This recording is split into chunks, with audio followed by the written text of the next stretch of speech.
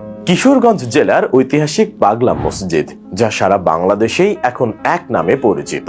সবচেয়ে বিস্ময়কর ব্যাপার হচ্ছে 3 মাস পর পর এই মসজিদের দান বাক্স খুললেই মেলে কোটি কোটি টাকা, স্বর্ণালংকার সহ নানান অঙ্কের বৈদেশিক মুদ্রা। এক কথায় এ মসজিদ যেন টাকার খনি।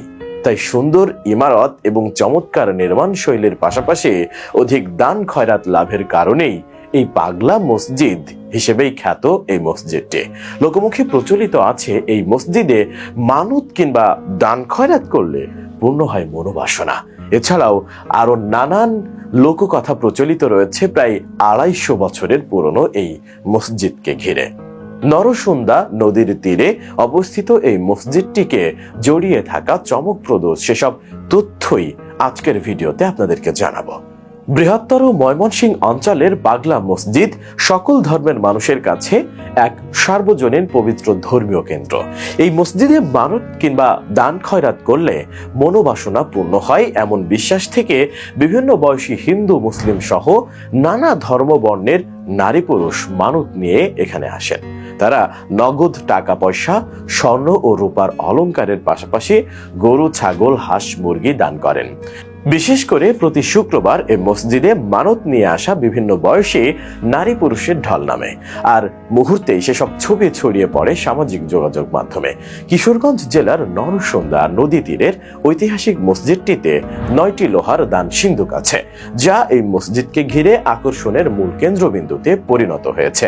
প্রতি 3 থেকে 4 মাস পর পর খোলা হয় এই সিন্ধুক, আর এর মাধ্যমে গণমাধ্যমে আলোড়ন তৈরি হয়। আর হবেই বা না কেন, পাগলা মসজিদের 9টি সিন্ধুক খুললেই মেলে বস্তা বস্তা টাকা সহ বিপুল পরিমাণ স্বর্ণালংকার ও বৈদেশিক মুদ্রা। লোহার সিন্ধুক থেকে প্রথমে টাকাগুলো বস্তায় ভরা হয়, পরে ঢালা হয় মেঝেতে, এরপরে চলে গণনা। টাকা ছাড়াও মসজিদের নিয়মিত হাঁস, মুরগি, গরু, ছাগল সহ বিভিন্ন ধরনের জিনিসপত্র দান করেন বিভিন্ন জেলা থেকে আসা অসংখ্য মানুষ।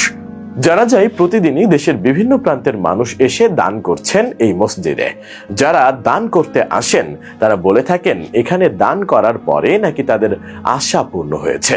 এ কারণেই মসজিদটির দান বক্সে বিপুল পরিমাণ টাকা, বৈদেশিক মুদ্রা ও সোনার গহনা মেলে। জনশ্রুতি আছে কিশোরগঞ্জের ঐতিহাসিক হয়বতনগর জমিদার বাড়ির ঈশা খানের বংশধর দেওয়ান জিল কদর খান ওরফে জিল কদর পাগলা সাহেব নামক এক আধ্যাত্মিক ব্যক্তি নরসুন্দা নদীর তীরে বসে নামাজ পড়তেন। পরবর্তীতে স্থানটিতে মসজিদটি নির্মিত হয়। জিল কদর পাগলার নাম অনুসারে মসজিদটি পাগলা মসজিদ হিসেবে পরিচিতি পায়।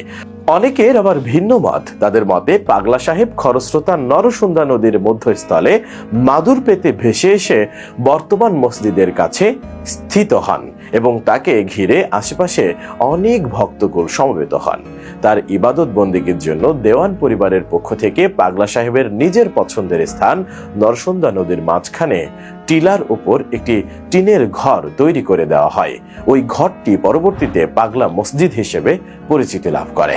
বর্তমানে আধুনিক স্থাপত্য শৈলীতে নির্মিত এই মসজিদটির বর্তমান জমির পরিমাণ 3 একর 88 শতাংশ, যা নির্মাণকালে ছিল কেবল 10 শতাংশ জমির ওপর। 3 তলা বিশিষ্ট পাগলা মসজিদের ছাদে 3টি বড় গম্বুজ এবং 5 তলা ভবনের সমান একটি মিনার রয়েছে। প্রায় সহস্রাধিক মুসল্লির ধারণ ক্ষমতা সম্পন্ন এই মসজিদে নারীদের নামাজ আদায়ের জন্য রয়েছে পৃথক ব্যবস্থা।